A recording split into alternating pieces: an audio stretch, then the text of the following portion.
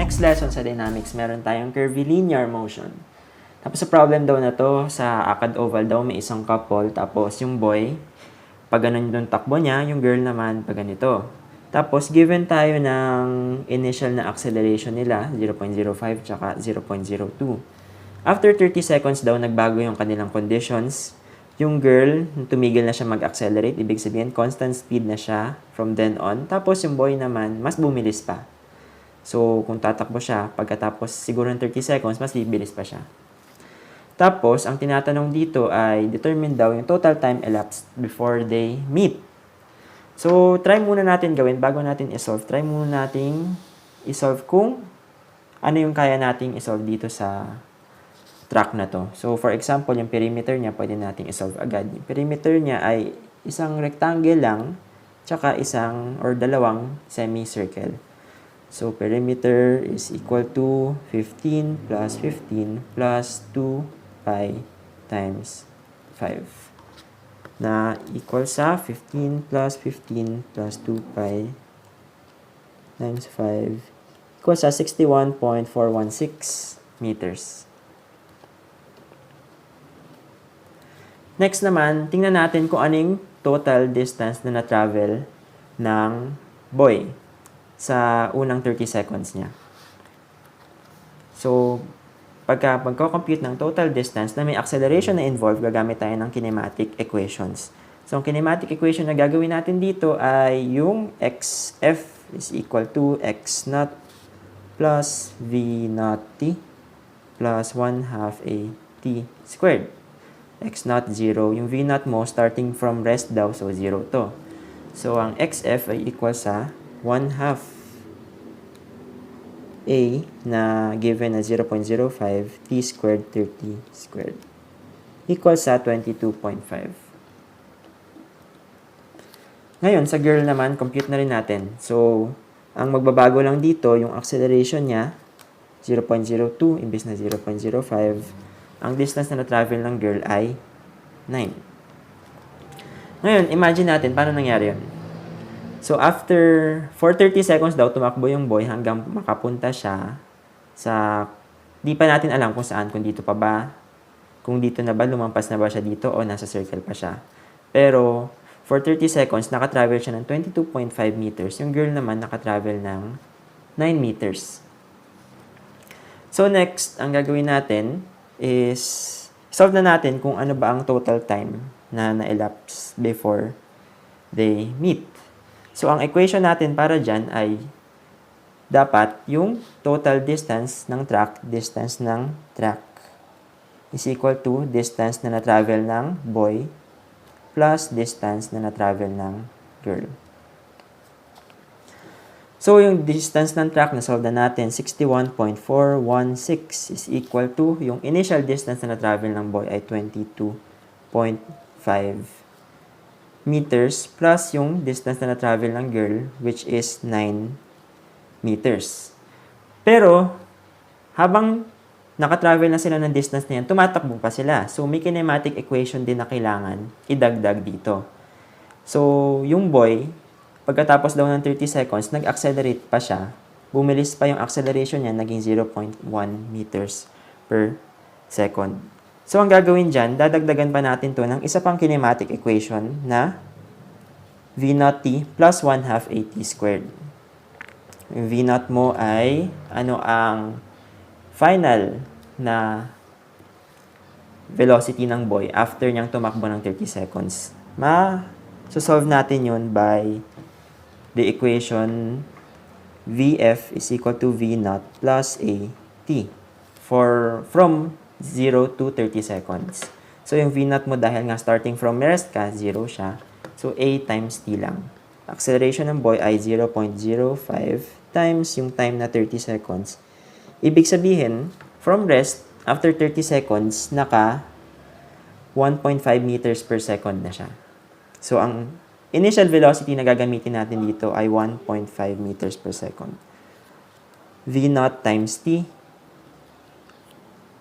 plus 1/2 a na 0.1, yung bagong acceleration niya, times t squared. Next naman, yung girl pa. Tumatakbo din yung girl, pero wala naman siyang acceleration. Ibig sabihin, hindi na kinematic equation ang gagamitin natin. Simpleng distance is equal to velocity times time lang. So, compute natin din kung ano ba ang naging velocity ng girl after 30 seconds. So, from 0 to 30 seconds, yung girl ay naging from rest to yung acceleration times yung time niya. So, acceleration niya ay 0.02 times yung time na 30 seconds. Yung girl ay naka 0.6 meters per second on her first 30 seconds. So, plus 0.6 velocity times time. So, itong buong equation na to ay yung dagdag na distance na trinavel ng boy dahil nag-accelerate pa siyang pabilis. Ito ay nakuha sa kinematic equation. Ito naman ay simpleng distance is equal to velocity times time lang dahil wala namang acceleration. So, solve natin. Sa cycle, 61.416 is equal to 22.5 plus 9 plus 1.5t plus 1 half a t squared plus 0.6t. Shift solve, ang makukuha nating sagot ay 11.238. Time ay equal sa 11.238 seconds. Pero ang tinatanong is yung total time elapsed before they meet. Kung naaalala nyo, meron tayong 30 seconds na nakalipas bago sila nag-iba ng conditions. So, itong 11.238, ipa-plus lang natin sa 30. Magiging 41.238 seconds. Next, ang tinatanong ay, determine daw yung total distance traveled by the boy until he meets the girl. So, kung titingnan nyo sa equation na to, ito lang yun. Distance ng boy, initial distance niya, plus itong additional distance na tinakbo niya nung nag-change siya ng condition. So, solve lang natin. 22.5 plus 1.5t plus 1 half a t squared. Yung x dyan, nakastore na naman sa x yung t na na-solve natin. So, hindi nyo na kailangan i-input yung 11.238 ulit. So, ang sagot ay 45.673 meters.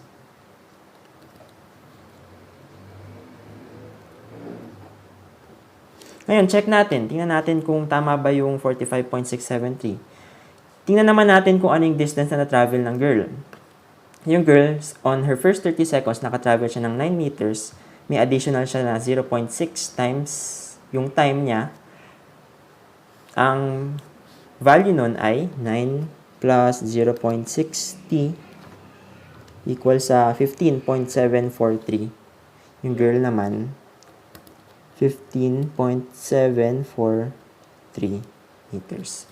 Ngayon, kung i-add natin siya sa 60, or kung i-add natin siya sa 45.673, makuha natin 61.416. Same naman dito sa nakuha nating perimeter. So, tama. Next na gagawin natin ay, next question naman, ano daw yung maximum value ng acceleration experienced by the girl, specify its direction din.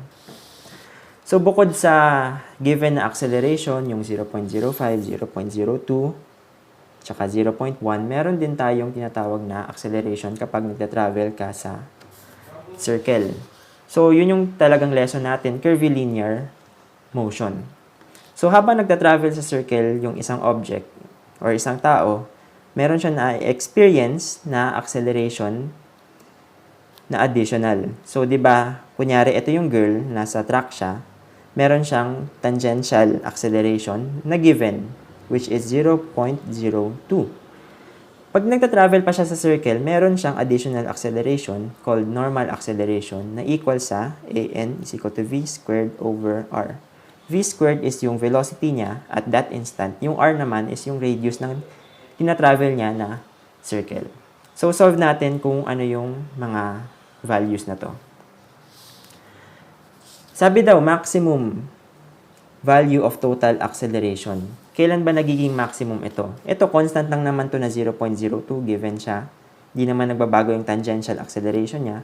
Ang magbabago yung normal acceleration kasi habang bumibilis ka, lumalaki din yung normal acceleration mo. So, mape-predict natin na pinakamalaki ang normal acceleration kapag pinakamabilis na yung girl.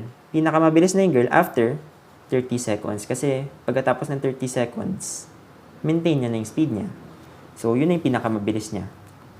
Na-solve na ba natin yung pinakamabilis niya? Di pa ata. So, solve natin. Ang velocity ng girl ay makukuha sa acceleration times time. So, acceleration ng girl ay 0.02 times yung time niya na 30. Speed ng girl ay 0.6. Velocity equals 0.6. Yung radius mo given na 5 meters. So, ganun. Pwede nating i-compute na. Ano ba ang kanyang normal acceleration? 0.6 squared over 5. Kuha natin na acceleration na 0.072 meters per second squared.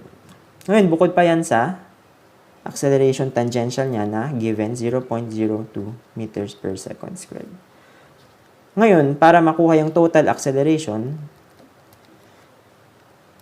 Pythagorean theorem lang ng dalawang ito. So, square root of 0.072 squared plus 0.02 squared. Makuha natin ay 0.0747 meters per second squared. Next, tinatanong din naman kung anong direction. Ito yung medyo complicated. Kasi, tingnan natin kung nasan ba yung girl after ng 30 seconds. After 30 seconds kasi siya maximum yung speed.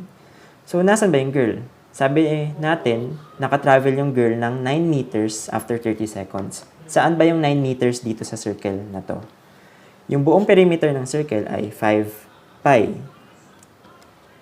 Equal siya sa 15.707. So, ibig sabihin, yung 9 meters, banda dito. Mga 9 over answer. Mga 57% na ng circle yung na-travel niya. Banda dito na siya. Ibig sabihin, compute natin yung mga angles na nandun. So, medyo pag ganito yung circle mo. Take note, ang buong ito, pagka binuo mo to 180. Ibig sabihin, multiply lang natin yung ratio niya sa 180 para makuha yung mismong angle. Yung angle na ay 103.13 degrees. Ngayon, sundan nyo lang to ha. Next naman, plot natin nasan ba ang tangential acceleration niya. Tangential acceleration, palaging tangent sa path na tinitake ng girl. So, pag ganyan yung direction niya, normal acceleration naman ay pointing towards the center of the circle. Ngayon, compute natin yung mga angles. Ito ay, ang angle na to, masasolve nyo by geometry ay 103.13 minus 90 lang. 103.13 minus 90 equals sa 13.13. Next naman, ito ay, dahil nga right at right angle sila, complement lang ng 13.13. So, 90 minus answer lang to. Equals sa 76.87 degrees. So, ganyan. Meron na tayong direction. Meron na rin tayong magnitude. Nasolve naman natin na ito ay 0.02 meters per second squared. Ito naman ay 0.072. So, para isolve yan ng mabilis, meron tayong function sa cycle na complex. Kung saan, i-input nyo lang yung mga vectors. So, paano ito? Itong vector na to, ang magnitude niya ay 0.02 at an angle of 76.87. Pero yung 76.87 na yan, along the negative x-axis. Kaya, ang gagawin natin ay 180 plus 76.87. Bakit 180 plus 76.87? Kasi diba, kunyari, ito yung Cartesian plane. Ito ay 180 degrees. Dadagdag ka pa ng 76.87 para makapunta dito. Ngayon, ipa-plus natin yan sa 0.7 angle of 180 minus 13.13. Bakit 180 minus 13.13? Kasi, ito naman yung angle niya, 180, pero nagbawas ka ng 13.13. Ngayon, yan yung makukuha niyong sagot. Para ma-interpret yan ng mas maayos, option tayo. Press 1. Yan, answer, convert to R angle theta. Makuha nyo ay tama. 0.0747, tama yung magnitude natin. Yung direction naman niya ay 177.61 degrees na negative. So, yung angle niya ay negative 177.61 degrees. Anong ibig sabihin nito? Ibig sabihin, from the zero na angle, maggagalaw ka ng negative 177.61. So, pag ganyan siya. Ito yung resultant ng dalawang acceleration niya. So, kung iyan ay i-geometry nyo or trigonometry nyo, ang magiging angle talaga ay 180 minus 177.61 o kaya 2.4 degrees. Nang paganyan. So, yun yung direction ng acceleration niya. Last na question, meron tayong at an instant they meet daw, find the magnitude and direction of their total accelerations. So, yung boy muna, saan ba siya nag-end up after niya tumakbo ng 30 seconds at after niya tumakbo ng additional pa? So, makikita natin yun by dito. Ang na-travel ng boy, 45.673 meters. Nasaan yun dito sa ACAD oval? Kung titingnan natin, ito ay 15 meters. 15 plus 5 pi. Ito ay 30.7 na. Pero ang na-travel ng boy ay 45. So, mas extended pa. Plus 15 pa natin, 45.707 yung buong track na to. Nakita natin na yung boy ay nag-travel ng 45.673. Ibig sabihin, nung nag-meet sila, yung boy at girl, banda dito. Yung boy nag-travel ng 45.673. Yung girl naman, nag-travel ng 15.743 para makarating dito. Ngayon, yung acceleration naman nila. Yung acceleration ng boy, madali lang kasi given hindi naman nagbago. 0.1 meters per second squared. Acceleration ng boy, 0.1 meters per second squared na direction papunta sa right. Next naman, acceleration ng girl. Kasi sabi naman dito, the girl maintains her speed while the boy changes 0 meters per second squared. Wala naman kasi siyang acceleration kasi maintain naman niya yung speed niya.